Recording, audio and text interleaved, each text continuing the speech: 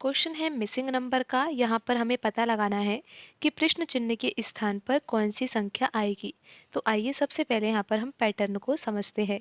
तो आप यहाँ पर ये देखिए कि जैसा कि यहाँ पर कॉलम फर्स्ट है, इसमें तीन संख्याएं हैं, 3 है, 13 है, 5 है। तो क्या इनमें कोई पैटर्न लग रहा है? आप देखिए, पैटर्न तो यहाँ पर लग रहा है। अगर हम 3 का गुणा 5 से करेंगे, अगर हम यहाँ पर 3 गुणा 5 करेंगे तो कितना आएगा? 15 आएगा। और 15 में से अगर हम 2 घटाएंगे तो कितना आएगा? 13 आएगा।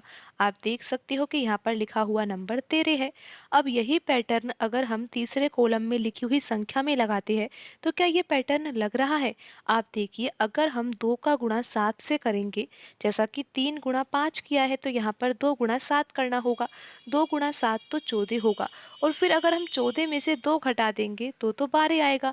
लेकिन यहाँ पर जो नंबर लिखा हुआ है वो तो 18 है। तो इस तरह से तो यहाँ पर ये पैटर्न लग नहीं रहा। हमें किसी और तरीके से यहाँ पर प्रश्न को हल करना होगा। तो यहाँ पर देखिए कि पैटर्न जो है वो पंक्ति में लिखी हुई संख्या में भी लग सकता है। अगर आप देखोगे तो पहली पंक्ति में 3 है, 11 है, 2 है, तो इन तीनों नंबर्स में भी पैटर्न तो लग सकता है।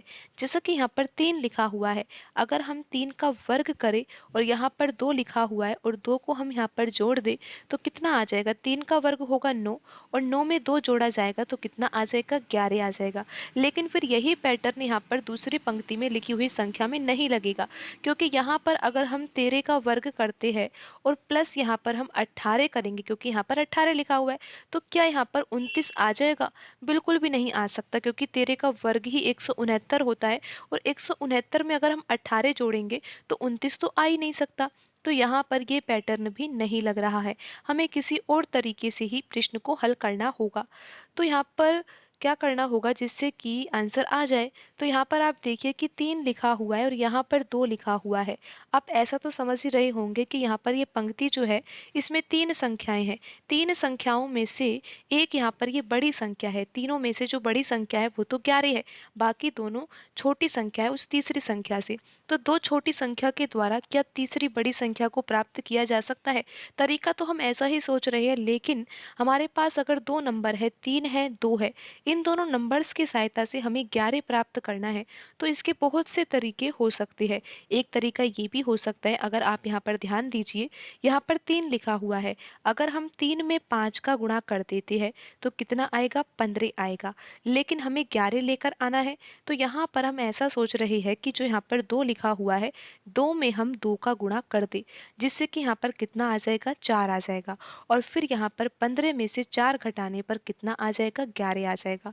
तो इस तरह से यहाँ पर ये पैटर्न लग सकता है। हमने क्या किया, आप एक बार फिर से समझिए। हमें 11 लेकर आना था ना, तो यहाँ पर हमने क्या किया?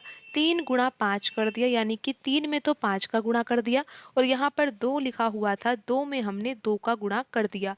3 गुणा 5 हो गया 15 और यहाँ पर 2 दूनी कितना हो गया? 4। 15 में से 4 घटाया तो यहाँ पर आ गया 11। अब यही पैटर्न हम दूसरी पंक्ति में लिखी हुई संख्या में लगाकर देख लेते हैं, क्योंकि आपको पता है कि यहाँ पर 13 लिखा हुआ है और यहाँ पर 18 लिखा हुआ है। इन दोनों नंबर्स की सहायता से हमें 29 लेकर आना है।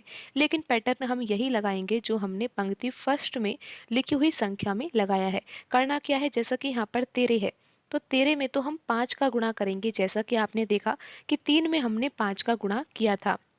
फिर आप देखिए यहाँ पर 18 लिखा हुआ है, 18 में हम 2 का गुणा करेंगे, जैसा कि आपने देखा था कि यहाँ पर हमने 2 में 2 का गुणा किया था। तो 13 का गुणा 5 से किया जाएगा तो 65 आएगा, 18 का गुणा 2 से किया जाएगा तो 36 आएगा। और यहाँ पर अगर हम 65 में से 36 घटाएंगे तो कितना आएगा? ये तो आप आसानी से निकाल ही सकते हो। तो यहाँ पर आ जाएगा 9 और यहाँ पर आ जाएगा 2, यानी कि 65 में से 36 घटाने पर कितना आ रहा है? 29 आ रहा है।